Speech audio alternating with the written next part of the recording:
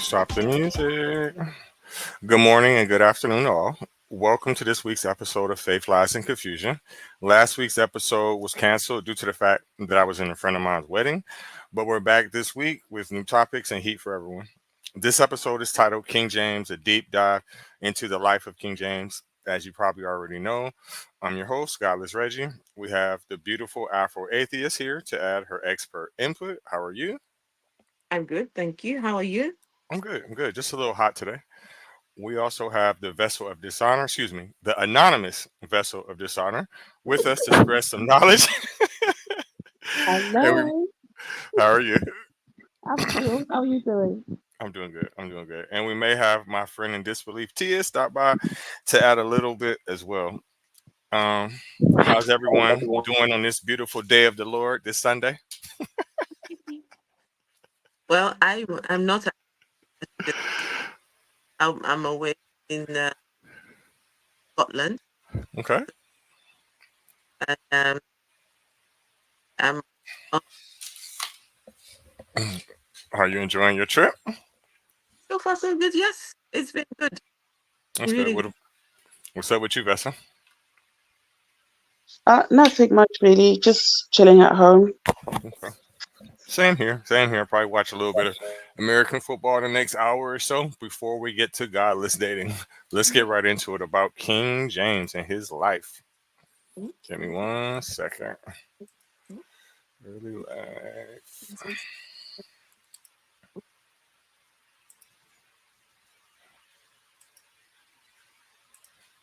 Tell me if y'all can see it or should I make it bigger or what?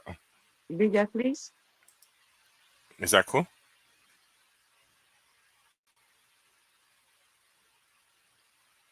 Hold on, let me look at it. I think I done pulled up the wrong one. Yeah, I did too. Give As me long one as you're second. reading, as long as you're reading to us. Oh, Bigger or smaller? Or is just right? yeah, that looks right. Hold on a second. Can I link this to my? Okay. I don't know what I'm doing. Are you talking about your audiences? Yes. Yeah, you still can. You just have. Okay. I think you just have to adjust the time and make it past what time Mm. it is now. King James the First of England and the Sixth of Scotland had a remarkable life that significantly impacted British history. Here's an overview of his life. He was born June 19th, 1566, in Edinburgh Castle, Scotland. His mother was Mary, Queen of the Scots, and his father was Henry Stuart, Lord Darnley. Both were descendants of Henry VII of England, giving James a strong claim to the English throne. So he was an inbred. Ascension to the Scottish throne. James became king. James became King James VI of Scotland in 1567 when he was just 1 year old after his mother was forced to abdicate. He was raised under a series of regiments until he took control of the government in 1581. I didn't know he was the king when he was 1 year old. Um, his reign in Scotland, his education, James received a thorough education, was considered one of the most scholarly kings of his time. He was fluent in multiple languages and authored several books, including works on theology, witchcraft, and kingship. Religious challenges. His reign in Scotland was marked by conflicts with the Presbyterian Church, which resisted his attempts to assert royal authority over religious matters. His ascension to the English throne, the union of the crowns on March 24th, 1603, James succeeded Queen Elizabeth I and became James I of England, uniting the crowns of England and Scots. This was a significant moment in British history, leading to closer ties between the two kingdoms. Cultural and political achievements. James' reign saw the flourishing of arts, particularly the work of William Shakespeare.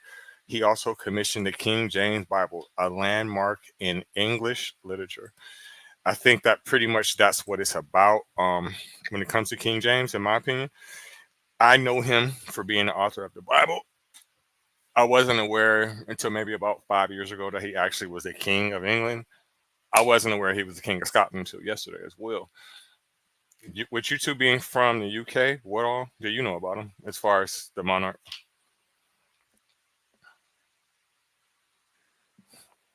Okay, so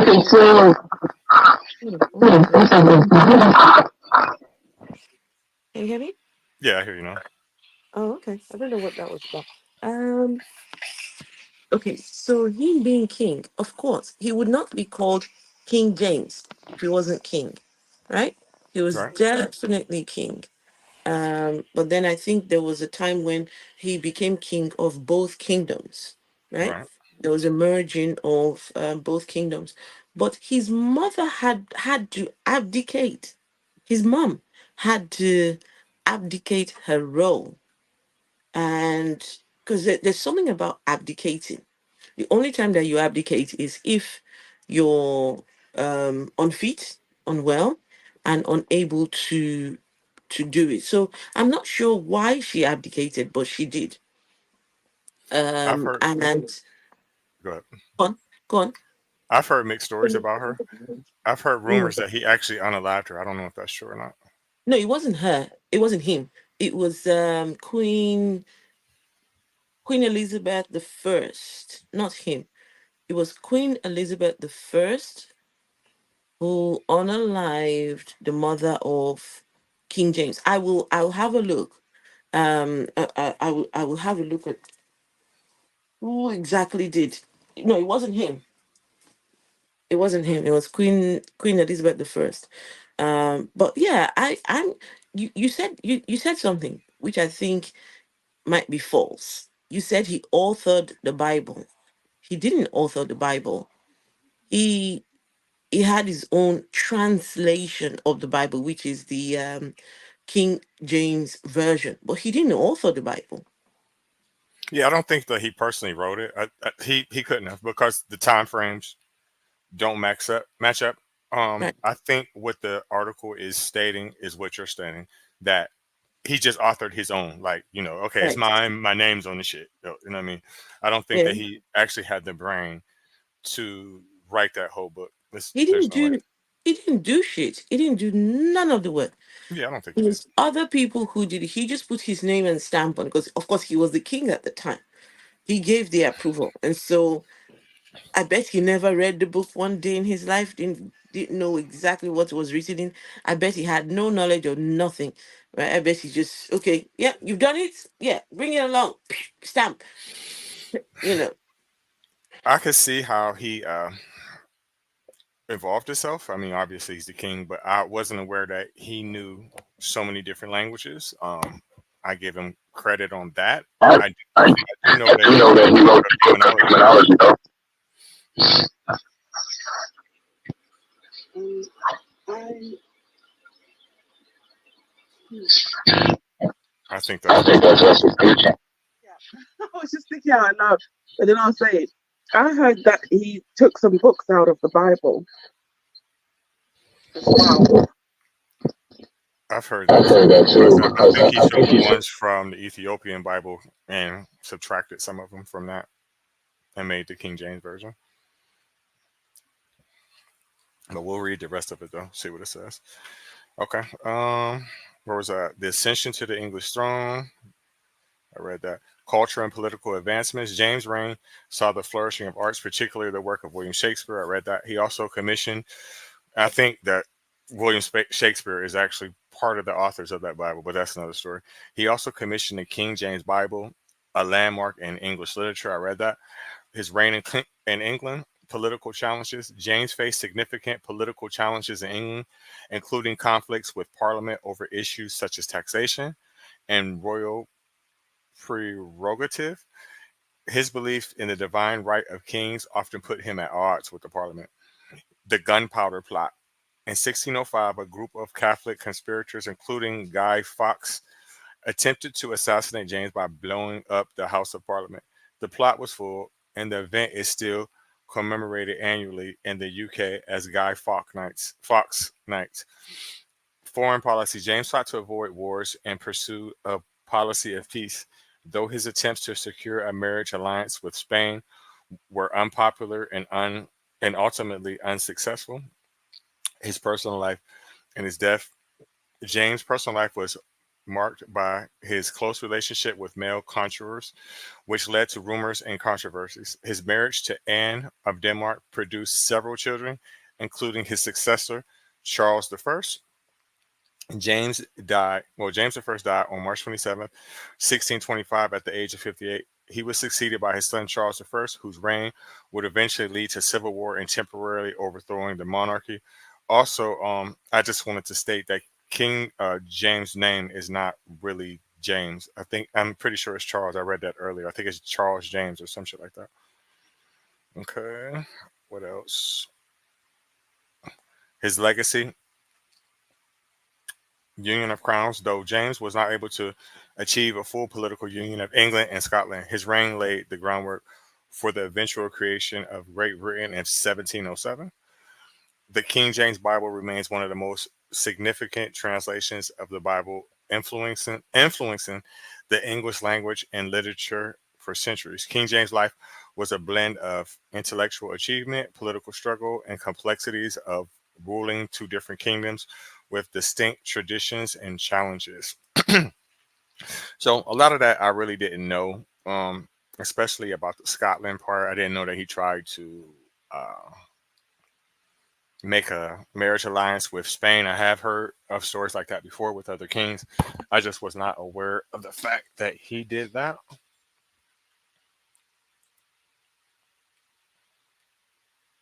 Is there anything else that y'all personally know that I haven't stated about him?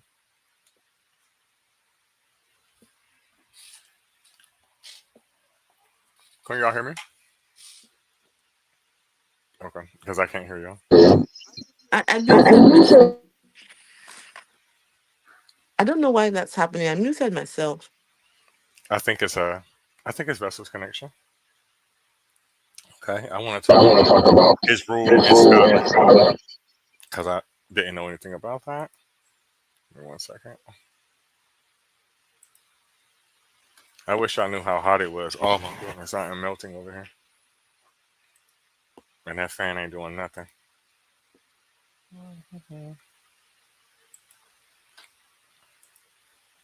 Too big, too small? What? Too small. Okay. King James rule in Scotland.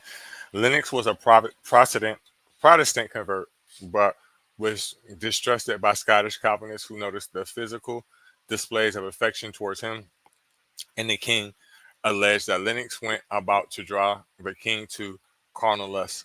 In August 1582, in what became known as the Ruthven Raid, the Protestants Earl William Ruthven, Earl of Gowrie, and Archibald Douglas, Earl of Angus, lured James into Ruthven Castle, imprisoned him, and forced Lennox to leave Scotland.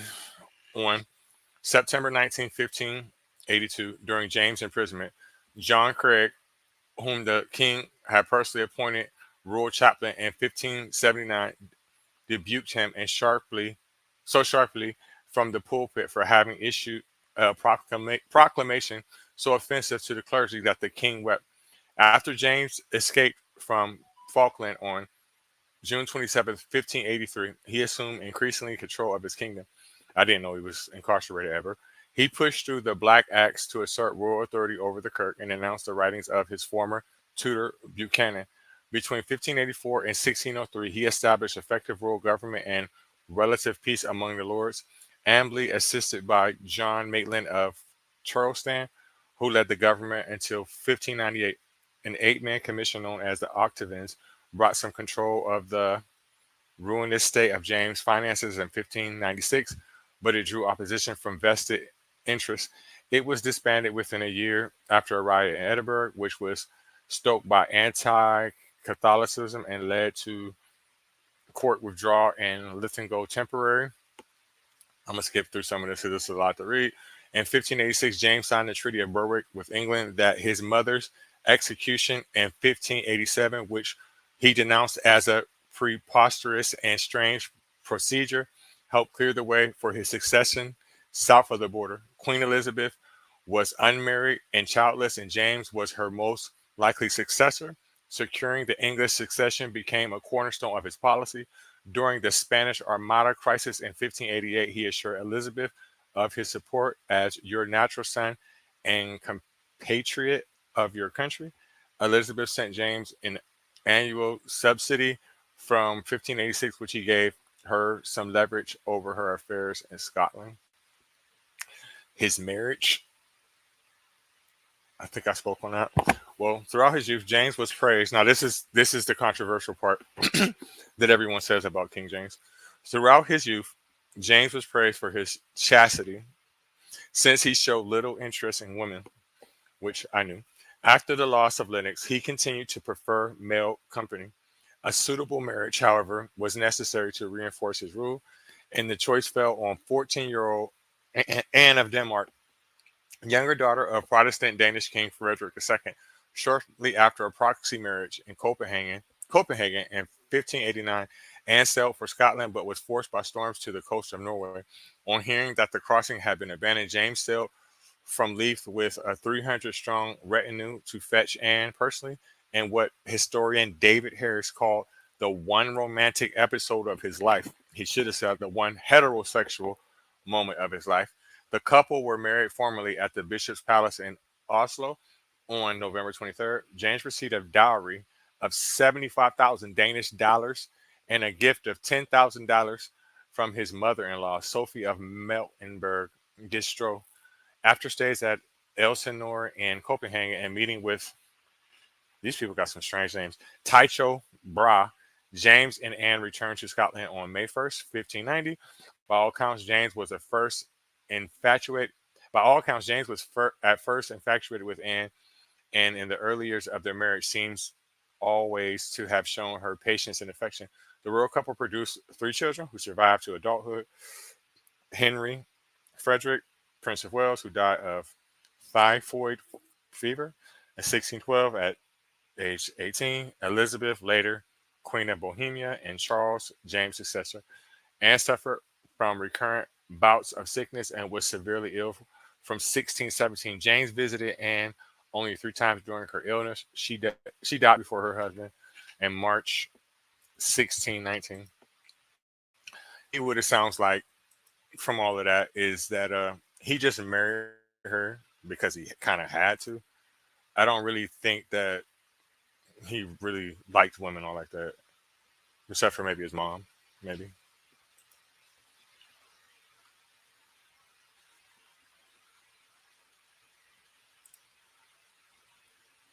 Thank you, Dima and Jau White. You know, you know something. That's Juad. Juad.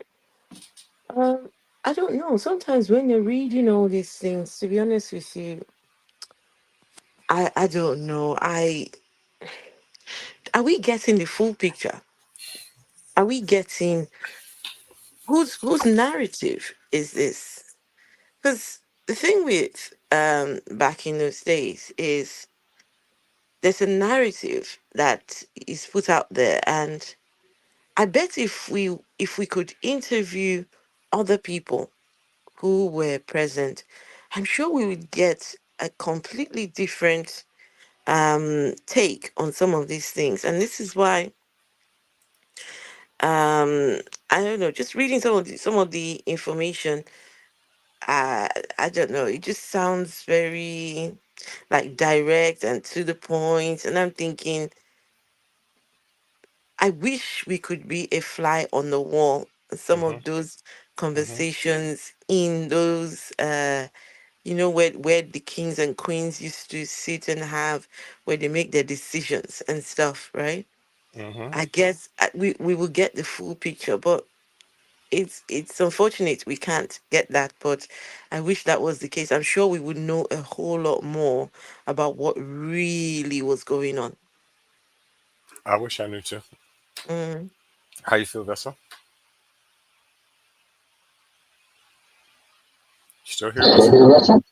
I want to say something, but I think I get distracted. I don't know why that thing is making that noise. Is it I me? think you. I think you should log out and log back in. Okay. Do you hear it when I'm muted? No, we can't hear it while you're muted, but I think that you should log out and log back in. All right, I'll do that right I'm gonna remove you. Come back up. Wait, let's see if it happens when I'm speaking. It's not happening now, right? Mm-mm. No, it's not happening. Okay. Yes, I have heard that King James was involved with bestiality too. I don't know how true that is though. That's one of the situations like you were saying. I wish that Mm. this wasn't so long ago, so we could verify more of this information because a lot of it, I'm not sure if I believe either. So let's see if we can get Vessel back in. I just heard her. Let's see. So what was the back in those days, what was people's perception of gay people? It wasn't favorable, I guess, because No, I don't. I don't think it was favorable either. But from what I'm gathering, from the information with him, you kind of can't stop him because of who he is. You got to think about. Listen, he's it's in his blood. I mean, not the gayness, obviously, but who he is, you can't really say nothing to him. I guess they did arrest him at one point, but he got out. So I think that it's kind of like when you read the Bible, where it's obvious that King David um, was involved in some things like that. I think that he was so much of God's favorite, or I think that in this case, King James was so much of the people's favorite that they overlooked a lot of it because of who no, he no, is. I doubt it was the people's favorite. More like there were no other options. That too. More like there were no other options because yeah, I don't know if they could pick if they would pick him. I don't No, know about no, that. Because no, definitely. this wasn't democratic at all. This was No, no democracy. right. They definitely wouldn't have picked him based off of just his sexual preference. They wouldn't have picked him. But my point Mhm. is because of who he is, you can't Right. do shit. You can't do nothing. Ish. Mm-mm-mm. Let me hear you talk about. So let's see if your mic is still acting crazy. You still here? We can hear We you. It's can hear not. you. It's not. Oh, yes, Oh, it is. yes, It's it is. just as It's just bad. as bad. Oh, sorry. I don't know what it is. What I want controversial in the sense that if he didn't like women, um, is it possible that someone else fathered the children? Possibly. I'm gonna read his personal relationships next. I think that I think he was one of those type guys that would fuck anything. I think that as long as you had a hole, you were fair game. Because from me reading, his wife, she had a lot of miscarriages too. And for them to be not together all the time, him traveling all over places, her going traveling all places, maybe that's what maybe other people were impregnating her or something. Because number one, he probably didn't give a fuck because he had a dude on the side, which was his main anyway. So I don't know. He's a confusing individual. So his personal relationships throughout his life, James had close relationship with male conquerors, which has caused debate among historians about their exact nature. In Scotland, Anne Murray was known as the king's mistress, so he had chicks on the side too. After his accession in England, his peaceful and scholarly attitude contrasted strikingly with the I can't pronounce that word bellicose and flirtatious behavior of Elizabeth, as indicated by the contemporary epigram Rex Fut Elizabeth Nunc est Regina La Cabos. I can't pronounce it. Elizabeth was king. Now James is queen. I guess that's the translation. Some of James' biographers conclude that Esme Stewart, Duke of Lennox, Robert Carr, Earl of Somerset, and George Billers, Duke of Buckingham, were his lovers. The Duke of Buckingham, I certainly believe that. John or Oglander observed that he never yet saw any found husband make so much or so great diligence over his beautiful spouses. Oh, the alliance over his beautiful spouses, as I have seen King James over his favorites, especially the Duke of Buckingham, whom the king would recall Sir Edward Peyton tumble and kiss as a mistress. Restoration of Ap- Apethorpe Palace, North Northamptonshire, undertaken in 2004 through 8, revealed a previously unknown passage linking the bedchambers of James and Villiers. Some biographers of James argued that the relationships were not sexual. James Basilcon de Ron lists sodomy among crimes. Ye are bound in conscience never to forgive. And James' wife Anne gave birth to 7 live children, as well as suffering 2 stillbirths and at least 3 other miscarriages. So he was tearing her ass up. Contemporary huge note poet Theophile de Vial observed that it is well known that the King of England, excuse me, it is well known that the King of England fucks the Duke of Buckingham. These are their words, not mine. Buckingham himself provides evidence that he slept in the same bed as the king, writing to James many years later that he have pondered whether you love me now better than at the time which I shall never forget at Farnham, where the bed's head could not be found between the master and his dog. Buckingham's words may be interpreted as non sexual in the context of 17th century court life and remain ambiguous despite their fineness. It is also possible that James was bisexual. He definitely, bare minimum, was bisexual. Definitely. How y'all feel? I mean, not that description. Something about his bed being something about the head between the bed and the what the master and the dog. Hello. I mean, if you cannot read between the lines, we see exactly what's going on over there. Hmm. Exactly what's going on over there. And I can imagine that they played this off as, oh, he's just one of my favorite persons, when I'm with him, I can I can think and reason better. I can, do my duties as king. He helps me um learn new things. He's able to bring his expertise. I bring my expertise, and so we're going to need some privacy together and do things, but I can imagine. Honestly, I wish we could speak to the servants who were there, because servants, they know everything. Oh yeah, they're the flies on the wall.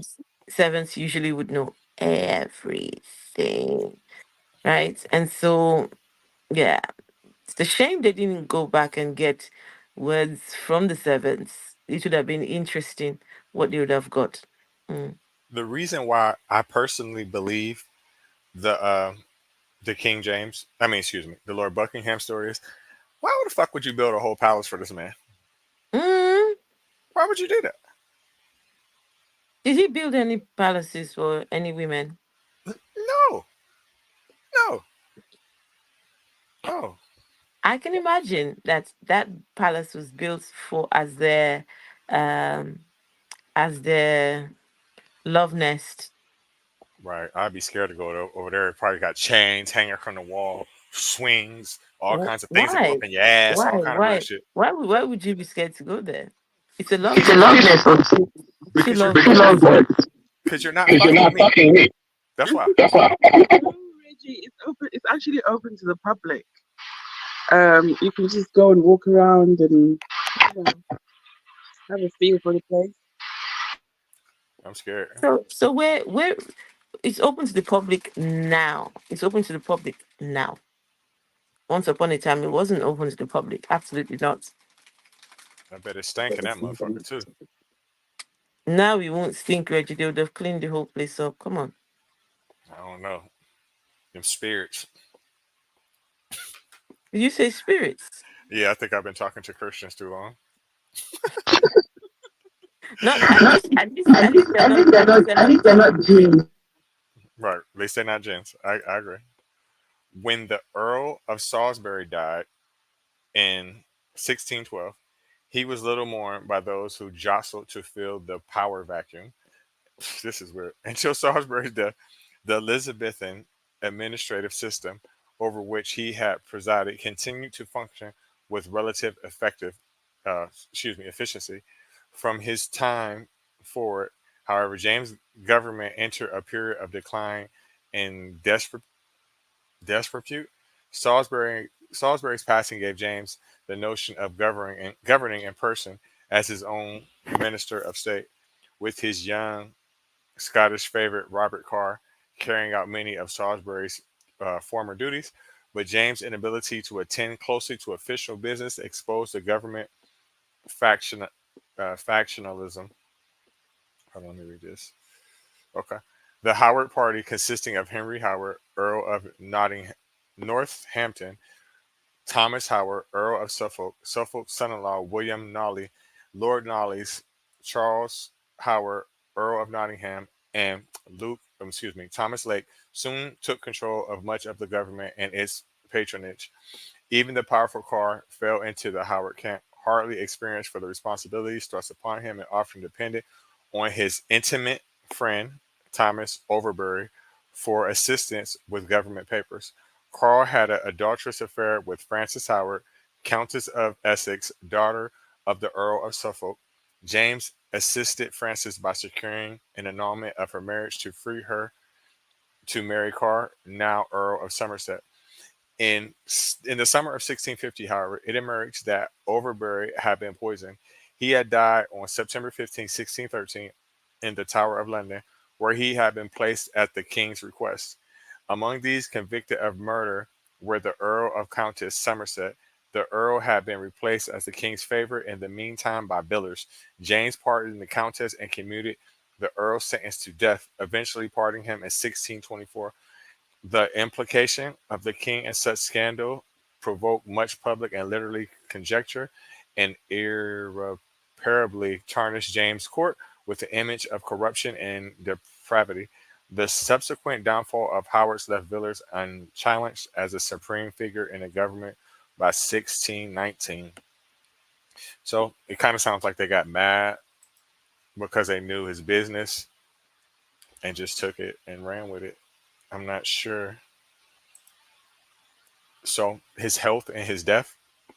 In later years, James suffered increasingly from arthritis, gout, and kidney stones. How did they know that? He also lost his teeth and drank heavily. The king was often seriously ill during the last year of his life, leaving him an increasingly powerful figure, rarely able to visit London, while Buckingham consolidated his control of Charles to ensure his own future. One theory is that James suffered from por- porphyria, a disease of which his descendant George III exhibited some symptoms. James described his urine to his physician Theodore de Mayerne as being the dark red color of Alicante wine. He probably had cancer. The theory is diminished by some experts, particularly in James' case, because he had a kidney stones, which could lead to blood in the urine coloring it red.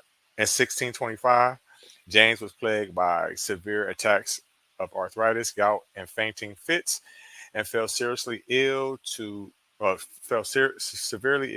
in March with tertanian ague, and then suffered a stroke. He died at Theobald's house in Hertfordshire on March 27th during a violent attack of dysentery, with Buckingham at his bedside. His boyfriend. James' funeral on May 7th was a magnificent but disorderly affair.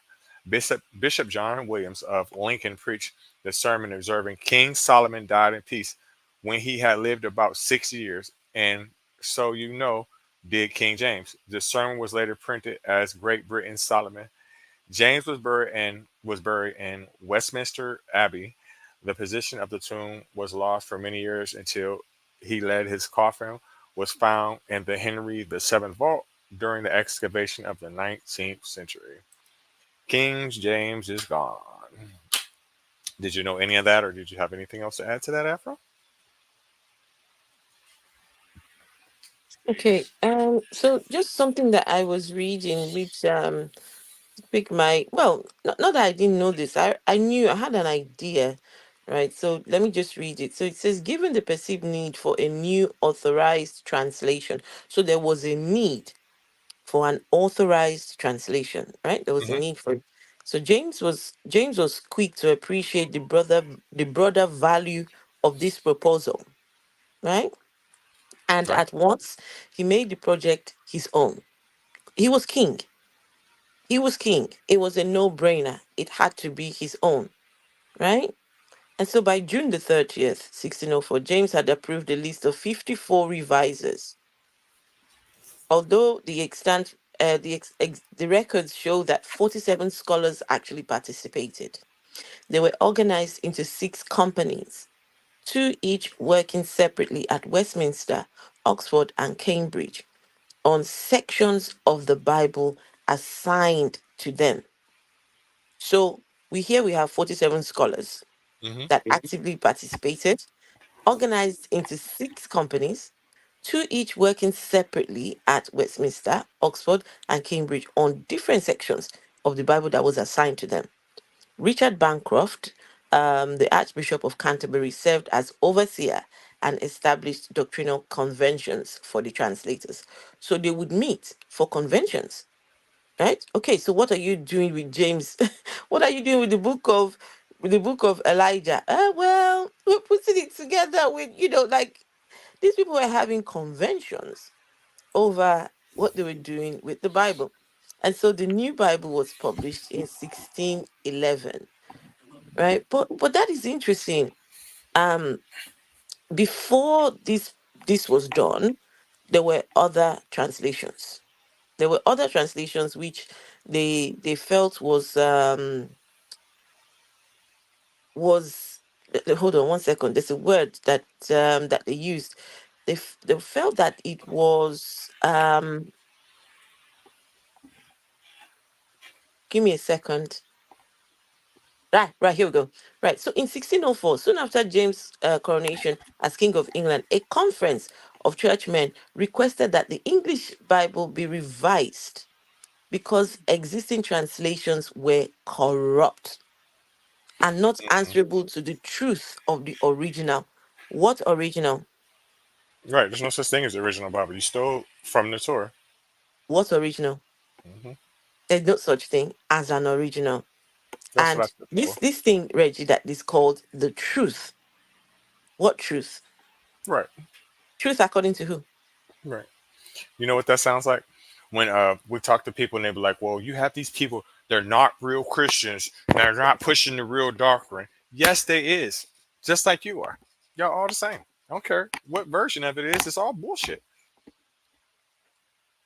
So I found something about, let's just take us back to the palace. Buckingham Palace was originally known as Buckingham House and was built in 1703 for the Duke of Buckingham. King George III then bought it in 1761. So then after that, that's when they started adding rooms to it. And now it's got 775 rooms, but it didn't start out the size that it is now. I wonder how they knew all them damn people. Why would you build something that big? Who all gonna come over? Everybody in your whole family? I don't get it. So And Reggie, this is God's word. This is what Reggie, I'm sorry, I'm gonna do this, but my Niger people, Niger Africans, Niger and African people, you hear them say that this is God's word. Do they know what this God's word, so-called God's word, has been through before it was brought to them? You, Reggie, they read it as though it is God speaking. You hear people saying, God said in Genesis chapter 1, verse 1, God said it. he ain't say shit. How did God say it? Eh? Who heard God say what? Before it finally got to you over there, this thing had gone through so many hands, had been translated and interpreted. Listen, if you don't see it, I mean, the Bible is a book with an agenda. It's a book of an agenda. From the beginning to the end, it has an agenda. I agree. And boy, did that agenda work. Look what it has done to our people, that book. I think that it was used for several agendas because the agenda that he made it for That don't even got nothing to do with us. That got something to do with some European shit that don't got nothing to do with us, right? So that's one situation, right? Then they just seen, okay, well, it works right here. Okay, so we're gonna take it to these niggas over here because they gonna Mm. believe it. They don't even know English like that, so they definitely gonna believe that shit. And it's crazy because that's pretty No, much what they no. did. Reggie, they didn't believe it at first. They didn't Right. believe it. Do you know how many times these people had tried to colonize? They tried several times in several places, tried to infiltrate, but it just didn't work. Mm-hmm. So it was a systematic thing done over a long period of time, Mm-hmm. trying Mm-hmm. several tactics, using several methods of deceit and manipulation over a long period of time. So it's absolutely crazy. I'm reading a book right now, and it is I've got it here. It's the where is the book? Okay, so this is sorry guys, I'm away on a short break, so I'm not at home. So this is the book of it is called. It's a very big book. It's the Oxford Illustrated History of Christianity, right? And it is very, very interesting. Um, let's see. Give me a minute. Okay. Just let me.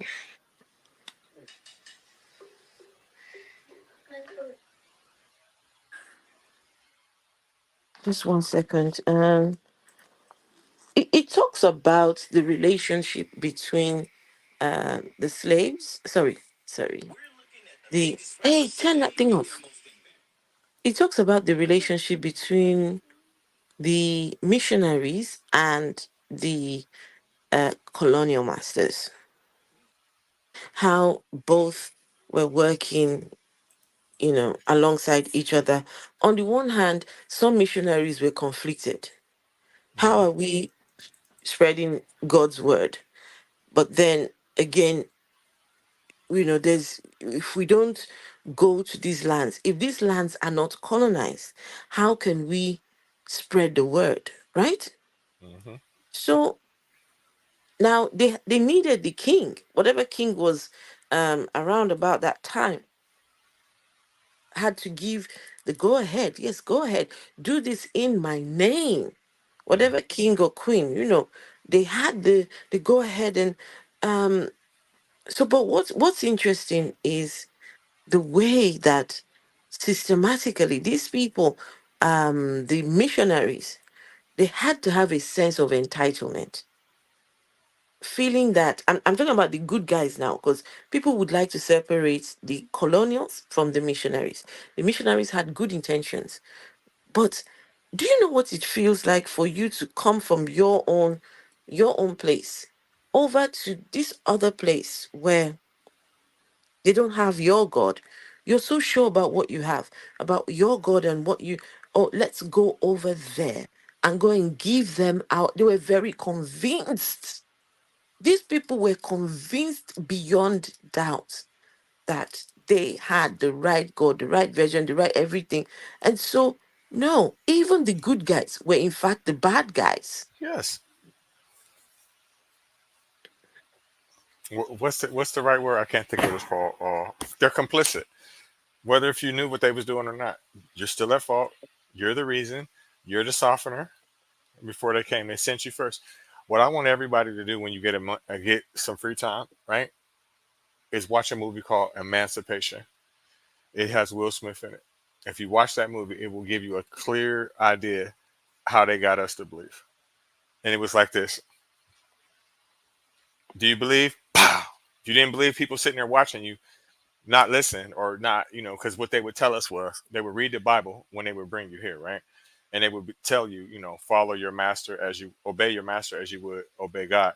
Then they would have a whole bunch of sticks in the yard with skulls on it from people that tried to run and people that wouldn't believe in God. So in your mind, you're thinking like, Thinking like, well, well, all right, well, all I'm right, gonna well, I'm believe gonna this shit believe or I'm this gonna shit, get or I'm gonna killed. get And killed. then when your And then when kids your see it, kids see as it, time as goes time on and goes on on and and on and on on and and on and on, on, they'll believe it. they'll believe it. Isn't it strange how they say they make it seem like that's what will happen to Christians if they didn't get the mark of the beast? Exactly that. I've heard people call everything the mark of the beast: tattoos, social security numbers, anything. So where was I reading at? So I'm gonna go to his witch hunts. Okay, James visited Denmark. Well, James visited to Denmark, a country familiar with witch hunts, sparked an interest in the study of witchcraft, which he considered a branch of theology. He attended the North Berwick witch trials, the first major persecution of witches in Scotland under the Witchcraft Act in 1563. Several people were convicted of using witchcraft to send storms against James' ships, most notably Agnes Sampson. James became concerned with the threat posed by witches and wrote in Demonology in 1597, a tract inspired by his personal involvement that opposed the practice of witchcraft and that provided background material for Shakespeare's Macbeth. James personally supervised the torture of women accused of being witches. After 1599, his views became more skeptical. In a later letter written in England to his son Henry, James congratulates the prince on the discovery of yon little counterfeit wench. Praise God ye may be my heir in such discoveries. Most miracles nowadays prove but illusion, and ye may see by this how wary judges should be in trusting accusations. I think that he just literally just did not like women, period. I've heard that before, but I never knew that he actually participated into witch hunts and torture. So I believe it now.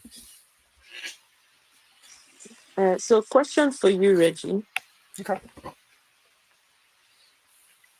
if you could live back then and your life right now, if you could choose to live back in that period where we had King James and these the people that we're reading about, and your life now, considering your history, right? Because you are a descendant of slaves, Correct. right? In the Correct. Americas, right? Correct. And so,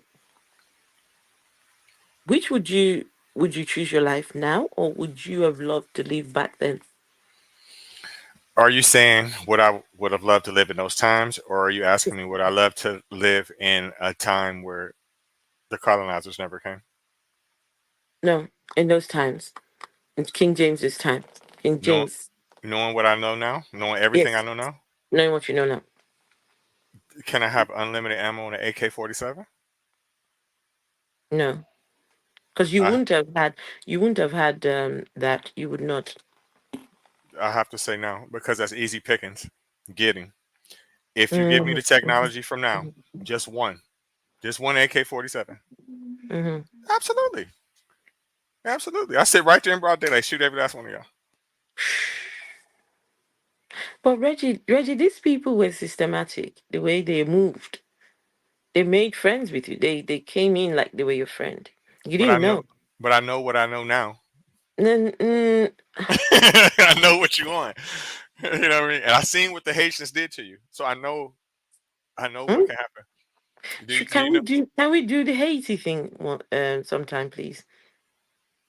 That's what I would have did. Is No, what I I'm mean, saying. can we talk about what Haiti did to them? Oh yeah, yeah. All they did was fight back. Yeah, I mean, we good to do that as a deep dive. Let's see Hmm. what. Yeah, because that was a real. I think for me, what's interesting is the mixture of voodoo and um, the religiosity added with the voodoo and added with everything else, and the fight in saying no. I mean, Hmm. it went down in history. So yeah, that'd be interesting to get into. I really respect them. More, listen to me. They're the most honorable black people on earth. I don't care what nobody say. Straight up, I really respect those people for what they did. I would not be talking to you right now if it was not for them. Period. Sorry, say that again. If it was not for them and what they did, I would not be talking to you right now. They do not get enough credit for what they did. Wait, you won't be talking to If it us? was What? not for the Haitians, what they Yeah. did, I Yes. would not be talking to you right now Say why? Why'd you say that? because they set the tone for everything. Also, do you know about the Louisiana Purchase? Mm. Okay.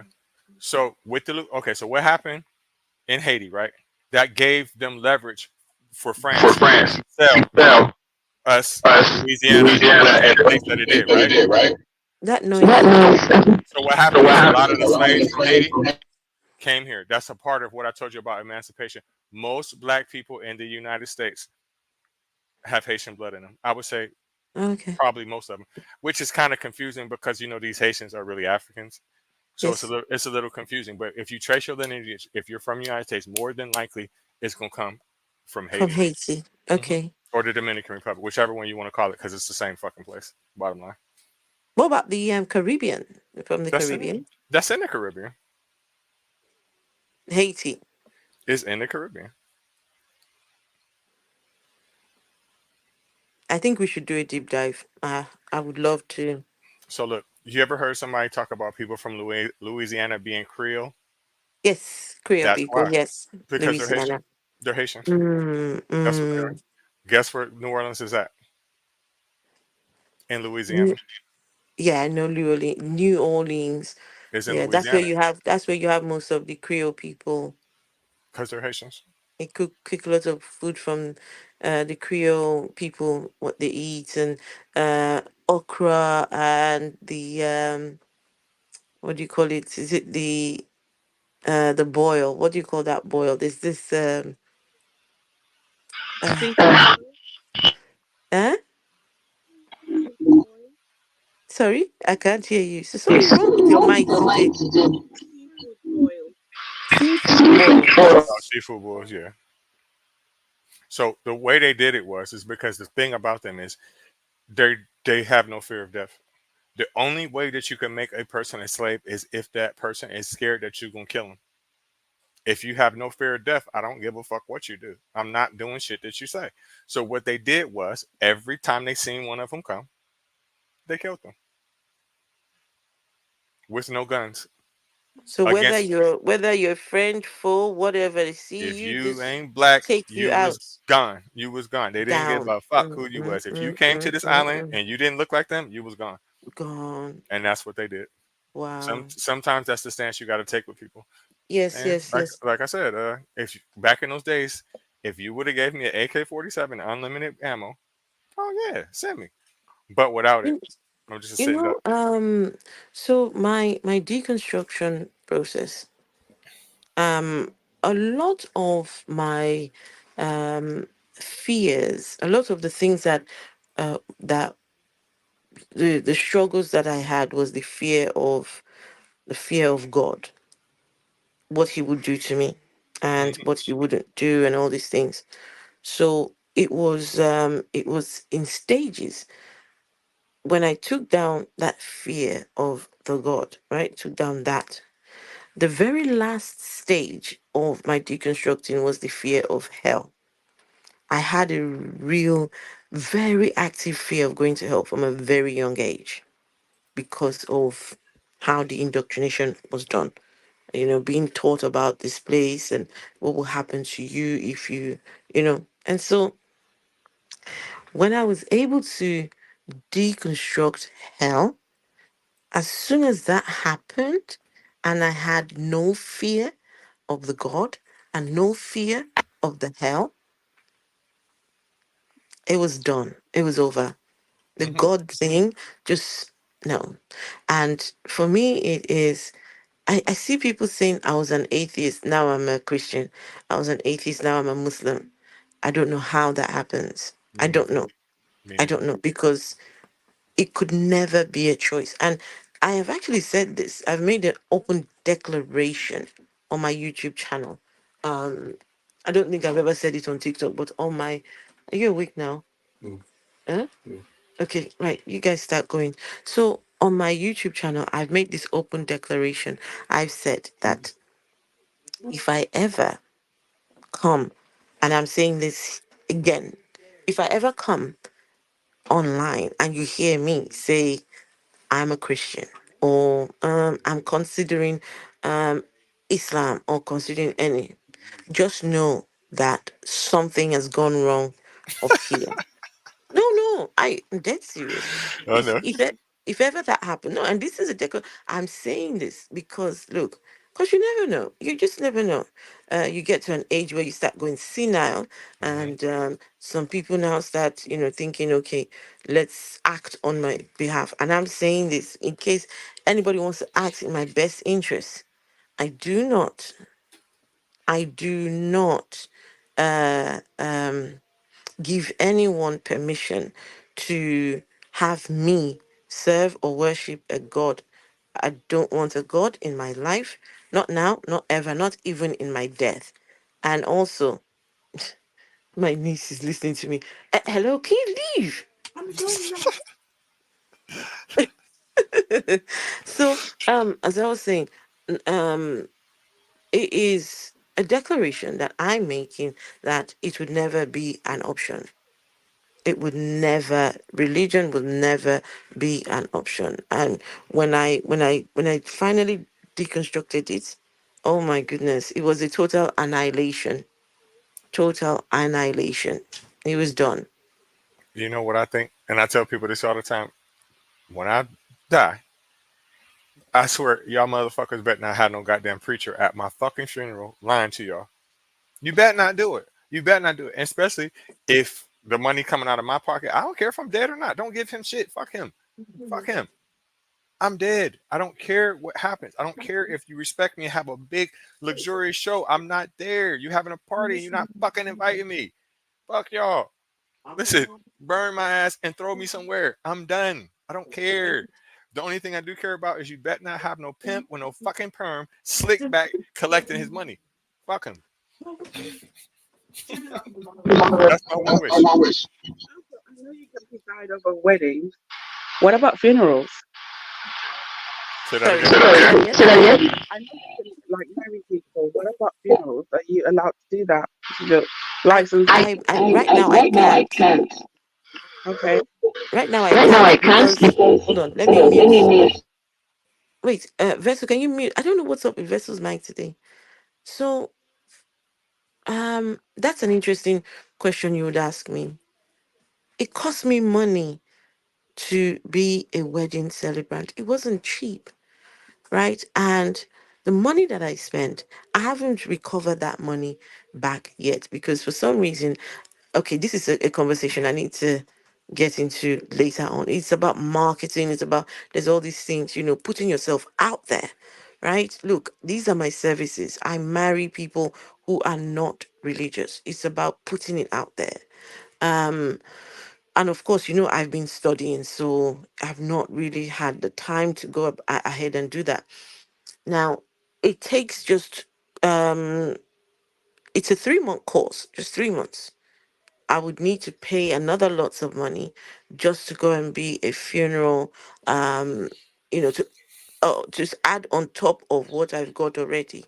But yeah, the possibility it's there, but it's just the money. It's not cheap money. It's heavy, and so. But that's something I would love to do. Both funerals, weddings, and just everything. A friend of mine died recently, right? Well, an online friend who was not religious at all, a Nigerian doctor, and at his funeral I couldn't attend, so I was watching it on Zoom. It was a non-religious celebrant. It was beautiful. It was beautiful just to see that there was no God. Can you imagine? I'm sitting here and watching my car being taken out. These kids, where are you guys? They didn't even ask me. Man, never mind, people.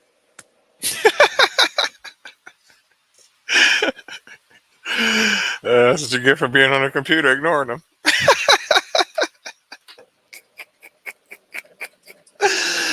Ah,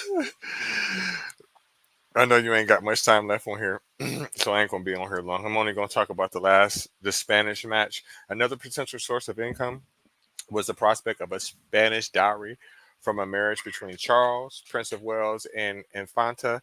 Maria Anna of Spain. The policy of the Spanish match, as it was called, was also attractive to James as a way to maintain peace with Spain and avoid additional cost of a war. Peace could be maintained as effectively by keeping the negotiations alive by consummating the match, which may explain why James protracted the negotiate procrasted protracted the negotiations for almost a decade. The policy was supported by the Howards and other Catholic learning ministers and diplomats, together known as the Spanish Party, but deeply distrusted in Protestant England. When Walter Raleigh was released from imprisonment in 1616, he embarked on a hunt for gold in South America with strict instructions from James not to engage the Spanish. Raleigh's expedition was a disastrous failure, and his son Walter was killed fighting the Spanish. On Raleigh's return to England, James had him executed to the indignation of the public who opposed the appeasement of Spain. James' policy was further jeopardized by the outbreak of the 30 Years' War, especially after his Protestant son-in-law Frederick Elector Palatine was ousted from Bohemia by the Catholic Emperor Ferdinand II in 1620, and Spanish troops simultaneously invaded Frederick's Rhineland home territory. Matters came to a head when James finally called a Parliament in 1621 to fund a military expedition in support of his son-in-law. The Commons, on the one hand, granted subsidies inadequate to finance serious military operations in aid of Frederick, and on the other, remembering the profits gained under Elizabeth by naval attacks on Spanish gold shipments, called for a war directly against Spain. In November 1621, roused by Edward Coke, they framed a petition asking not only for war with Spain, but also for Prince Charles to marry a Protestant and for enforcement of the anti-Catholic laws. James flatly told them not to intervene in matters of royal prerogative or they would risk punishment, which provoked them into issuing a statement protesting their rights, including freedom of speech, urged on by George Villiers, Duke of Buckingham, and the Spanish ambassador Diego Sarmiento de Acuna, Count of Gondomar. James ripped the protest out of the record book and dissolved the parliament. In early 1623, Prince Charles, now 22, and Buckingham decided to seize the initiative and travel to Spain incognito to win Infanta Maria Anna directly, but the mission proved an ineffectual mistake. Marie Anna detested Charles, and the Spanish confronted them with terms that included the repeal of anti Catholic legislation by Parliament. Though a treaty was signed, Charles and Buckingham returned to England in October without the Infanta and immediately renounced the treaty, much of the delight of the British people. Disillusioned by the visit to Spain, Charles and Buckingham now turned James' Spanish policy upon its head and called for a French match and a war against the Habsburg Empire. To raise the necessary finance, they prevailed upon James to call another parliament, which met in February 1624.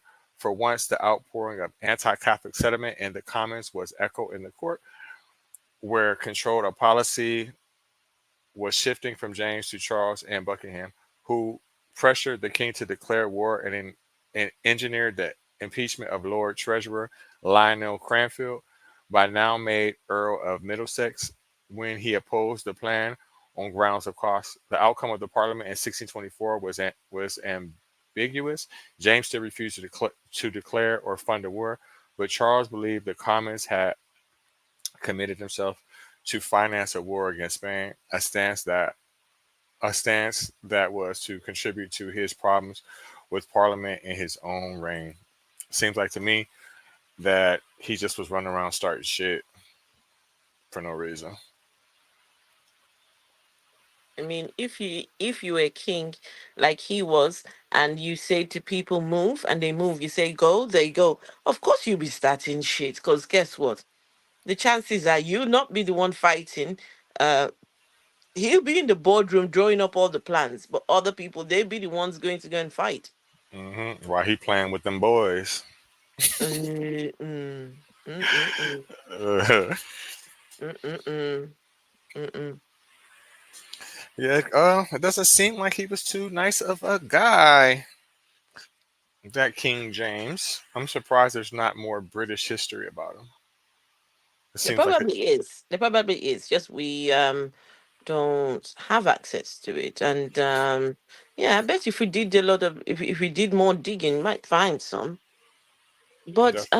what I don't understand is how did the King James Bible become the approved uh so-called word of God? You hear Christians saying if it's not the King James, then nothing at all.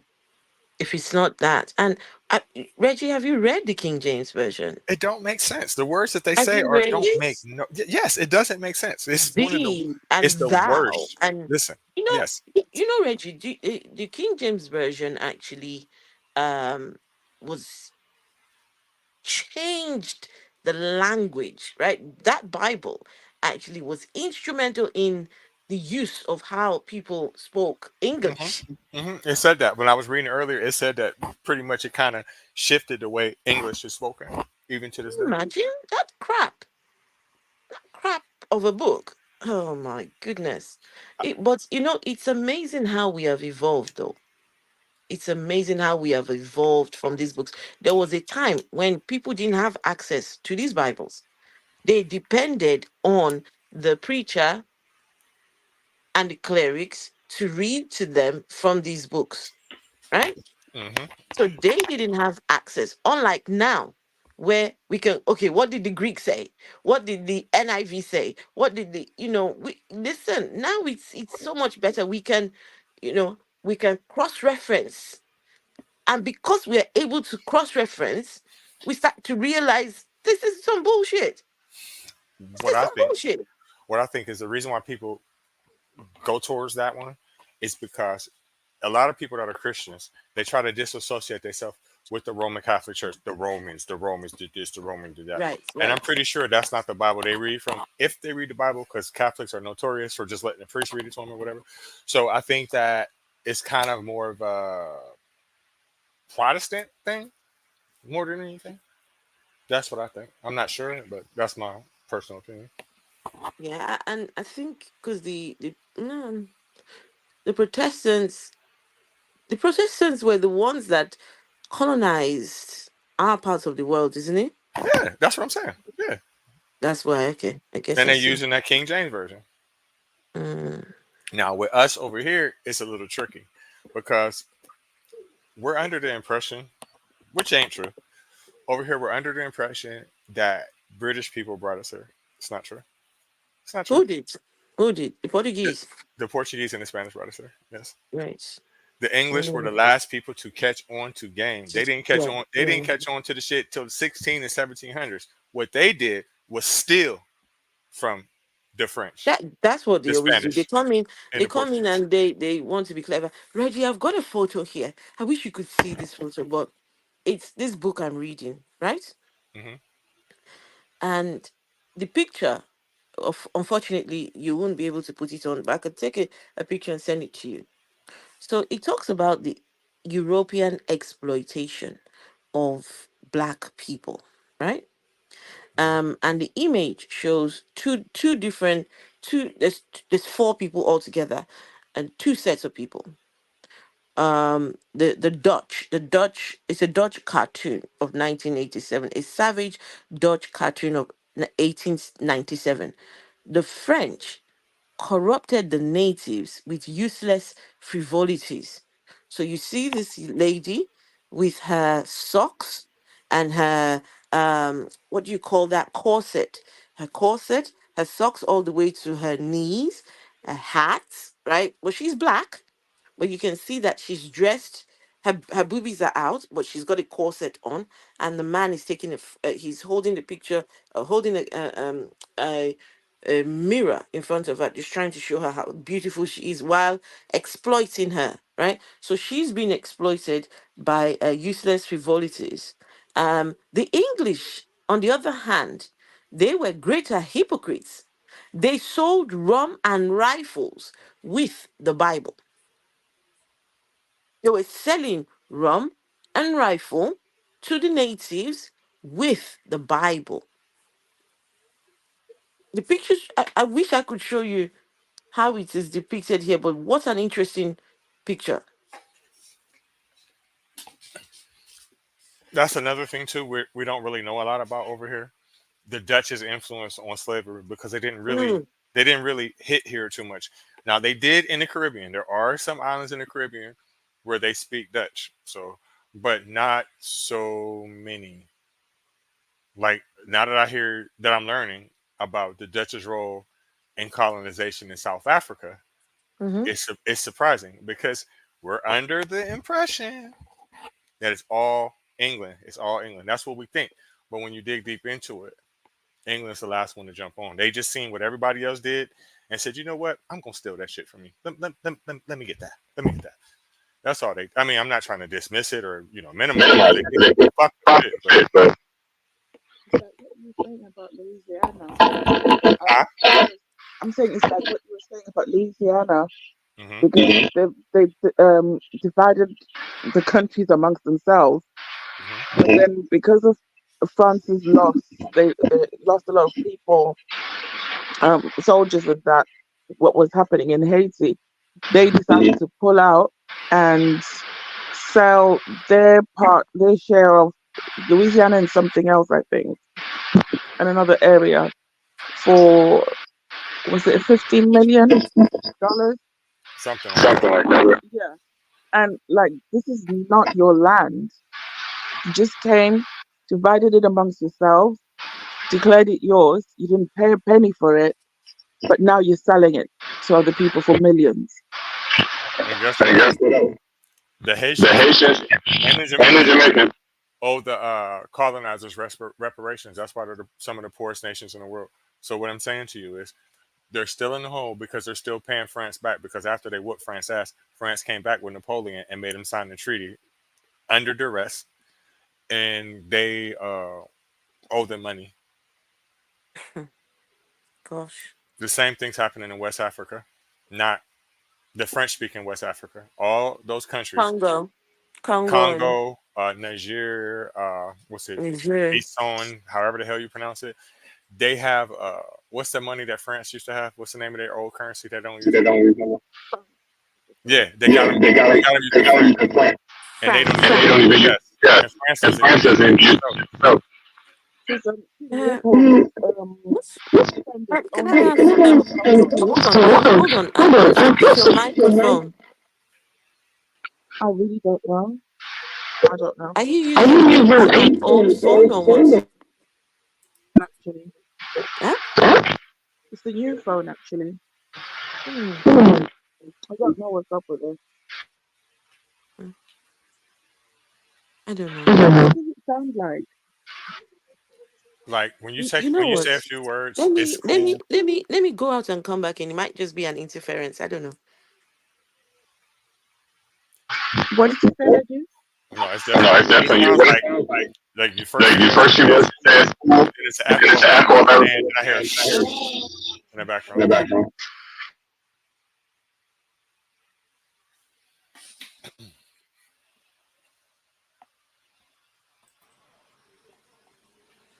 Okay, let's see. I don't know. Might be better. Um, best. Still the same. It's not. I've The, just blown. So maybe something's gone in there. Still the same. it's okay because the quad is almost over anyway. So. But yeah, what was we saying though before you logged out? We're talking about France and talking about Oh uh, yeah, yeah, yeah. franc, the French currency. Yes, France doesn't have any natural resources. They don't have shit. The only thing they got is what they done stole from Africans and Caribbeans. That's all they got. Their whole everything about their country, they get their electricity from Africa. They get everything. They get everything from people that they colonize. Mm. I don't respect France in any way with their funky asses. Every last one of them stink to me too. Reggie. They do. But you don't say things They like that do. on They a don't public. wear. I get Listen. it. I get. Listen, you can feel however you want, but listen, when you're on a platform like this, because we have these conversations, we could have French people here, Reggie. Come Listen. on. French people naturally do not stink. It's their preference about deodorant. That's what it is. Haitians smell the same exact way. Wait, they don't. What do you mean the preference about deodorant? Have you ever been to France before? Have you ever been around No, I French people? haven't been to France. You've never No, been around a bunch of French people. no. They don't wear the same kind of deodorant you wear. They stink. That's a Stink as fact. in they wear a different kind of deodorant. Yes, they stink. Listen. They stink. They stink, and it's not just. It's not even just people from France. It's black French people too. They stink, and the reason why is because they don't wear the same kind of deodorant that you wear. What, they wear a different kind. Mm-hmm. So but what makes that Uh, stink then? I, What's I, what's it, what's it don't, stinky about that? it don't work. It don't Ah, work. I don't know what it is. I Reggie, don't know. Listen, I don't know what it is Reggie. with their culture. Cause like, okay, some people from India are like that too. Yes, but it's these umbrella statements that you say, oh, French people. No, no, no, I would disagree with you. I've Can't be never, all of them. No. I've never met a French person. I've never met a French person who wears the same kind of deodorant as me. I've never.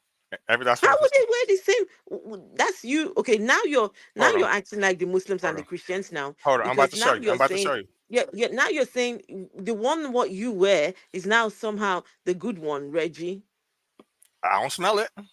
This is the entitlement we're talking about here. No, I ain't entitled. They got the same kind of money as I do. But I'm saying it's their I get personal it, but preference. what They makes you don't. think yours is better?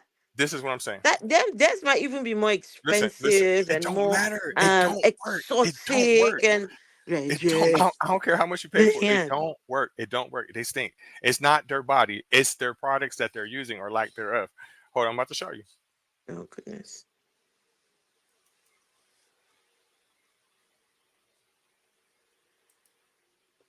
I wonder what Vessel thinks about this.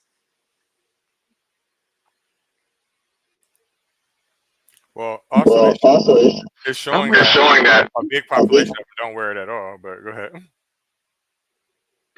I'm with Apple on this one. I've never met a yes, person from the listen. yes. I've never met a person that speaks French that does not smell. I've never met one. I don't Oh, care if okay, they okay. black, white. Show us what you want to show us, Reggie. Come on. Okay. He's never met anyone that doesn't, but you've not met them all. No, I haven't met them all, of course. But Exactly. The ones you've met. And Reggie could just be that it might be something to do with your nose, maybe. I think it's a cultural thing. I don't listen. I don't think it's a personal issue with them. I think it's a cultural thing. Like I could say the same thing about it's. There's a particular um, ethnic group from India. Not all of them, because they have different religions in India, right? There's a particular one. Don't quote me on which one it is, but I'm telling you, they have stores here, right? The second you open the door, you're like, and the thing about it is I know some people who are related to them, and what they think in their mind is that you stink. That's what they Mm, think. They prefer a natural smell. right. Look, you see people telling you I'm not lying. Look, they're telling you I'm not lying, even though that's not proof, but it's true. I've even seen videos of people that have moved to France, and they're telling you before you get here, make sure you bring your own deodorant with you because they don't sell it at the store. So it's something to Really? do. It's something to do with their culture. I don't know what it is, but them motherfuckers stink. I don't care what nobody say. I don't care. Reggie. I don't care. Reggie. I don't care. Them motherfuckers stink. Reggie. Reggie, So listen. Now they won't let you in France. I Now don't they like. won't let you in there. You're like, look at him. He said this about us. Me, I'm gonna I'm show you trying where. to go to France. Hello. I'm gonna show you what they can't get. I can't Me, get in I'm France, trying and to this is go what to you can't get. France. Now they're not going to let you. They're going to let me and a vessel in. But you, they're not going to They're let not you gonna in. let you in. The most expensive perfume is from France. I can't get I in can't France, get and in you France, can't and you get none of can't get this. none of this. Where is Let me that? Let see. us see. It's It's degree deodorant. degree. I don't know about the Jamaicans having a smell bathings. When I went to Jamaica, I didn't smell anybody, and it was hot as a motherfucker down there, and I didn't smell anybody. No, I was surprised. I thought people would be because again in the United States you have bullshit that comes on TV. They give what's the right word? Propaganda. They make it seem like everybody in the world is poor but us. Everybody got guns and will kill people but us. And really, it's us. So I was surprised with that. I was very surprised with that. There, I didn't smell no human being while I was down there. Not one. But Maiden says Jamaicans have a particular smell also. I don't agree. What? I don't. Okay, what about Africans, Reggie? Africans? French speaking Africans, them motherfuckers stink. Them motherfuckers stink. Listen, I was up in Akron about maybe about a year ago. I had bought a car from one of my good friends, right? So I had to go up there and get the title. It's a weird story. I had to catch the bus, and I was on the bus with this lady that was from Nigeria and her kids. Out in Akron, they have other forms of Africans too that are not French speaking Africans. Okay. Perfectly normal. So what happens to the Nigerian woman? They speak English. It's something about the French culture. I don't Wait, so know were what they did it they is. smell okay? Did they smell okay? Who? The woman and her kids. No, she spoke French. She was from Nigeria. She fucking stank. She smelled like a whole bunch of armpits. It's Wait, something she about she their she culture. It's spoke not her. French? Yes, She yes, was from Niger. Niger. You said Niger. So it's yeah, but Niger. it's Oh, my accent. Niger. Yeah, Niger. but I thought that you meant Nigeria. Niger, French Nigeria. That's what I call it. I know it's no such thing, but I know it's the neighboring country, and Maybe they speak French. Nigeria? French Nigerian. No, Niger. Nigerian. Yeah. Niger, yes. Niger is a French speaking country. That's what I'm saying. She was from Okay. Niger. What I'm Okay. saying to Okay. you is Okay. there's something about French culture. It has nothing to do with your skin tone. You could be whatever you want. Just for some reason, people that speak that language, ooh la wee wee, the motherfuckers stink. I don't care what nobody say. They do. They do. Okay. You know what I think it might be? I know that some of them use some old OUDs, OUD, the old sort of they're not perfumes. There's some body thingy, and those things smell. I do not like oud at all. Um anything that comes from the Arabian countries, I do not like the smell of. The So smell of any oud, the oud. My sister bought me this really big oud. I've never touched it one day. Mm-mm. Can I have it? Can I have it after? You can have it. Yes, Thank you. I use love it. it. so what I think it is, it's like okay, so here in the United States, there's certain deodorants that if I buy and wear, they not gonna work. It's not gonna do shit. I think it's just the particular products that they sell in their country. I don't really think it can't be them. It can't be them because, like I said, some are white, some are black, and they smell the same. So I agree with you on that, Reggie. Because there's some natural deodorants that they're selling now. They're not very effective. What they don't tell people is that after 4 or 5 hours, wipe your armpits and reapply it. So people are putting it on in the morning and expecting it to last all day, like a normal deodorant that's got all the chemicals, but that doesn't work. right.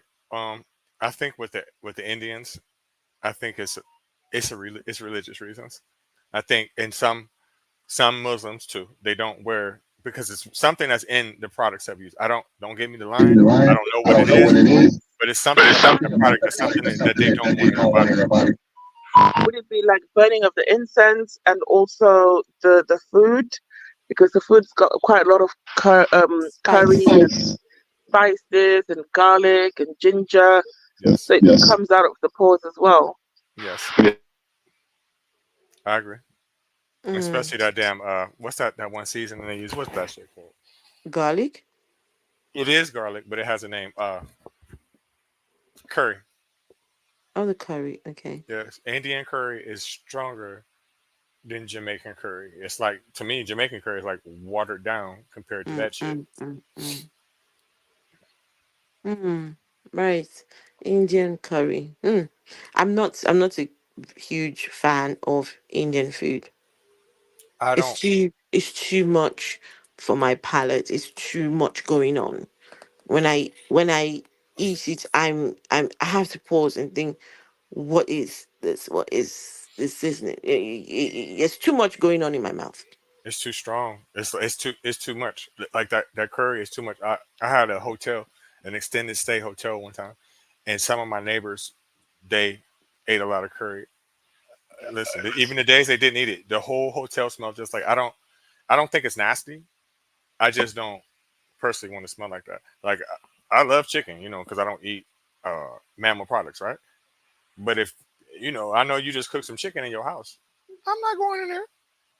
I'm not. So I wait, don't if someone just cooked chicken, you're not going. know because I don't want to smell like KFC. You know that shit sticks to your clothes. I mean, if I was I'm coming over just, for I'm dinner, just, I'm just, I'm just about to go cook some chicken. My no, no, God. no. And you This is what would I'm saying. say that just, I'm saying, I was just sitting here thinking, okay, I've got to go put that chicken in. And immediately you talked about chicken. So, Reggie, I'm not inviting you over. No. Mm-mm. As long as I don't got You nothing are to do. Oh, not getting an invite. listen, this is what I'm saying. If you invite me over, right, and you about to cook some chicken, if I got something else to do after that, I'm not going. If it's the end of the day, perfectly fine. That's fine. But the smell of that shit just sticks in your clothes. And then people here are very fucking racist. You chicken eating nigga. Nah. Nah. What? What Yes. do you mean? What do you mean you chicken? That shit they say. They say we like What chicken is like a wrong motherfucker. with eating chicken? They say black people, that's all you eat. They say all you eat is chicken and fucking watermelon. That's what they say.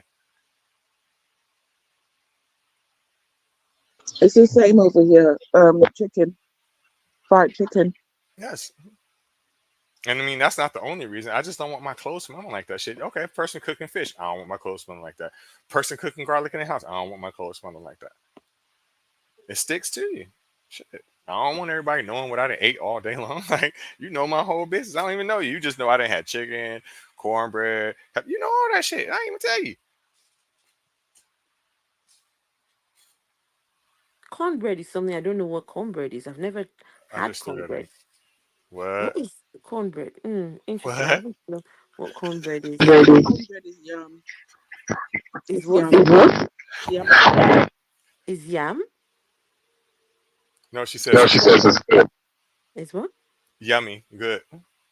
What's it made of? Corn. It's made of corn Hmm. and it's a bread. It looks like cake. How do It you look cook that? in the oven. So anyway, I'll check out the The recipe. Hold on. recipe. Hold Where's on. my Where's phone? my phone? Check out the You Okay, can recipe make you it. for can make cornbread. cornbread. You'll You'll definitely like it. definitely like it. My son, My my son, son my son loves loves corn, so corn, he so he likes. like much.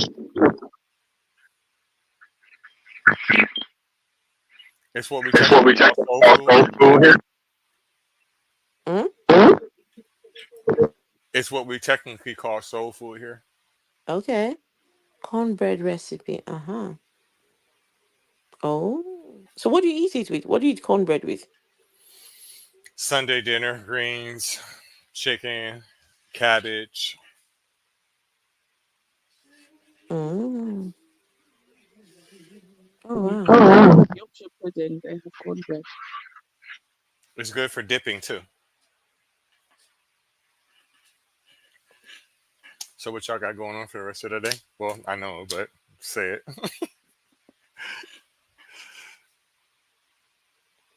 So so later on, right now I'm going to sort the kids out. So well, they're not kids as such, but sort them out so I can so come 8 p.m. we will be hosting Godless Dating.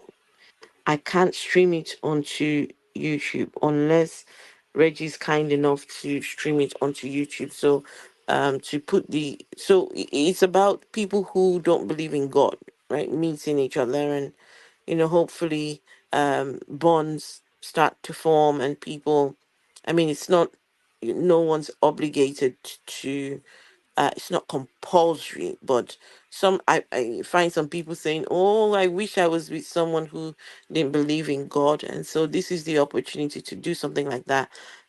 It's going to be streamed on TikTok, but might be streamed on YouTube. We'll figure something out. So yes, that's what I'm doing later on. Okay. Definitely check that out. If you're not a follower, definitely follow the Afro Atheist. What you got going on, Vessa? Oh, she's my my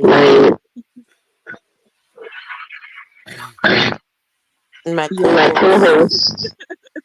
I'm here to offer my support. Well, Well, she's my co-host, co-host, but but also also we're looking we're looking. for Go ahead. a date for her too. Oh, okay. Yeah. Vessel coming out her shell, huh? Okay, I like that. Mhm.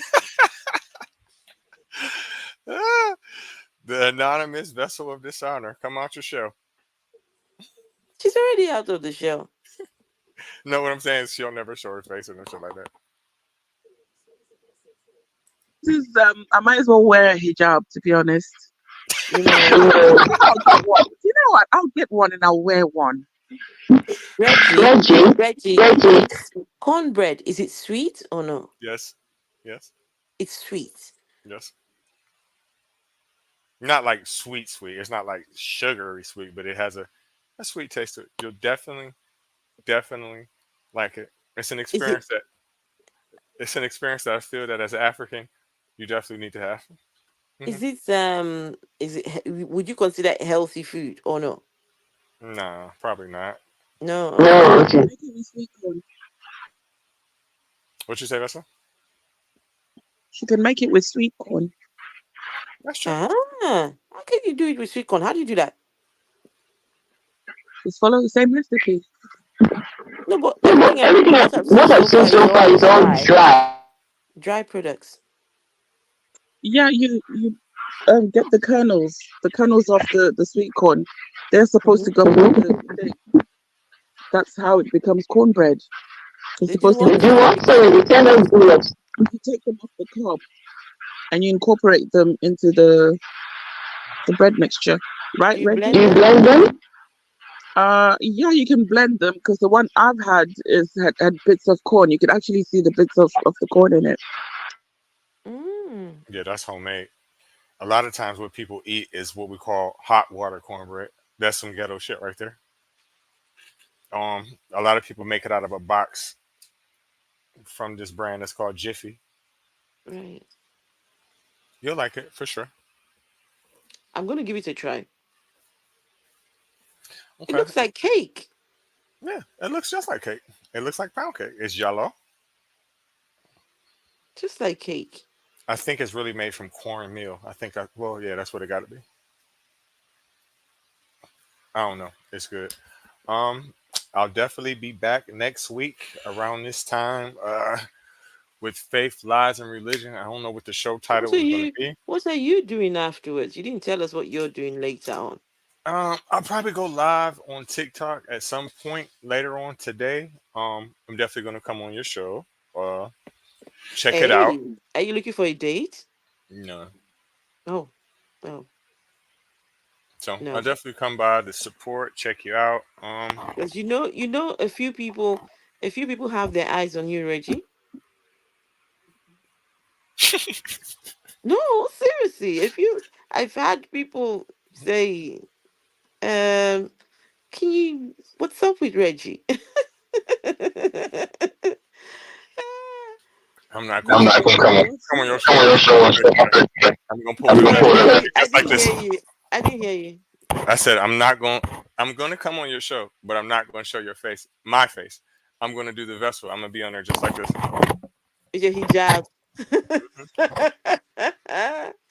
Okay. All right, Reggie. Listen, I'm getting one. I'm going to order one tonight. If I don't get it off Amazon, I'm getting it on eBay. What are you getting? A Good hijab. job. Just wear some glasses or something. Put a wig on, some glasses. Nobody will know. Anyways, Hijab and I wear sunglasses on top. And that, you got to let a person know what they're getting themselves into, Vessel. No, it's more than looks. The looks is secondary. Listen, They should listen, love me for who I am. I get that. I get your point, but do you want to wake up to Flavor Flav? No, you don't. No, you don't. hey, what Baby, did I you say? said Flavor Flavor Flav? Flav. I Yeah. said Flavor Flav. No, no, no. I'm not. Listen, I'm not. I'm not saying that you're a Flavor Flav, obviously. But this is what I'm saying to you. You don't want to meet a guy, right? Well, and never know what he looks like. Then all of a sudden he just pop up to your crib. Flavor Flav. You're gonna be like, bruh. Like you know how they got those dating shows with the balloons? You're gonna be like, pop. You gotta let it know. Let a guy know. So I gotta know where you get.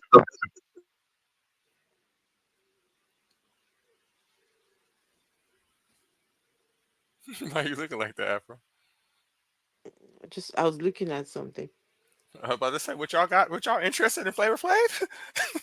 No thanks. No, I'm not interested in Flavor Flav. Let's No. leave now. No, but you know, he's a really nice guy. He paid accommodation and transport and everything for a lot of the athletes, the Olympic athletes that were Oh, stranded. Flavor Flav. I respect that. mm, He's He's also also helping. What's the name of that restaurant? Not Long John. Red Lobster.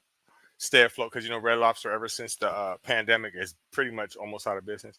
So he's mm. helping promote it to get it back going. I mean, I personally like him. He's just an ugly motherfucker. Shit. He's very ugly. Mm-hmm. I remember one show he was doing one time, it was years ago, where there were all these girls. Oof. Mm-mm-mm. Do you remember that show? Yeah, the flavor of love. right. Yeah, the friend themselves are then fighting. Tiffany. I remember Tiffany from that show. New York, New York. You know what you're talking about? With that botched surgery. New York, New York. My favorite was Hoops or Oh, Del- Hoops. I remember Hoops. and Delicious. Those my favorites for sure. Oh, delicious. Yeah, I remember those. I really love Delicious. She didn't fuck Mm. herself up though now, but What's up with her? she's one of those people that just can't take the fact that she's getting older. So she done went out here and bought some botched surgery, face all hanging down, booty all lopsided now. Such a waste. Oh, that's a shame. Could have just aged gracefully. We liked her the way she was. Mm. But yeah, I'll probably be back Wednesday with AAA Sports. I'll definitely be back here next week. I need to do my other show. I haven't done it in a while. Product of the 80s podcast, where I talk about politics and trending topics and things like that. I haven't done it probably in about a month or two. So check me out on that. Within the next 2 weeks, I should do it. Um, thank Do everybody you do you do it? Do you do it by yourself or with others? with Jamar. With Jamal. Okay, right, right, right. But anybody can come on though. We actually encourage more people to come because when you talk about like trending topics and popular things like that, it's best to have different people's point of view because everyone Okay. sees things differently. Mm. But the thing is, your timing, our timing. Yes, it's very different. When you're streaming, we're in bed. hmm Yeah. What time is it now? Like seven something there, or six? Oh goodness, yeah, almost 6:30. Okay. Well, thank all y'all for coming. I want to thank Vessel for coming. I want to thank you for coming. Comment. Thank you for Shout out Shout to out to everybody I know. Shout out to my brothers and sisters. Shout out to everybody on TikTok. Follow me on there. Follow me on here at Godless Reggie. Follow the Afro Atheist and follow Vessel of Dishonor. Y'all got any shout outs before I let everybody go? Oh, shout out. Today my mother would have been 76. Her Happy. birthday was the 1st of September, and yeah, it was a scramble between us who would be the first one to wish her happy birthday. And every 1st of September, it doesn't get easier.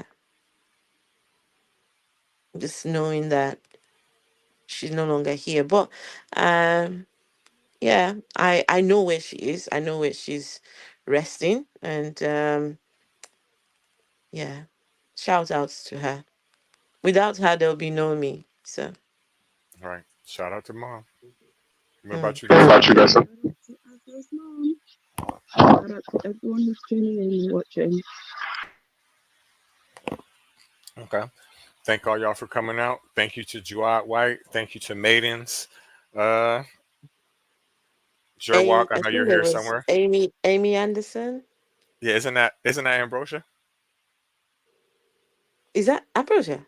I think so. I think Is Amy is Amy Ambrosia. Anderson Ambrosia? I think so. Oh, I didn't know that. Thank you, Maidens. Thank you, Deanma. Yeah, walk. Yeah, Gerwalk, definitely, definitely. Thank you for Pandemus, the Pan African. Hey, And they're Pandemus. about to let everybody go. Dima as well. Dima, hey Dima, and Dean Kruger. Yep, and Dean. Thank all y'all. Good night. Hey,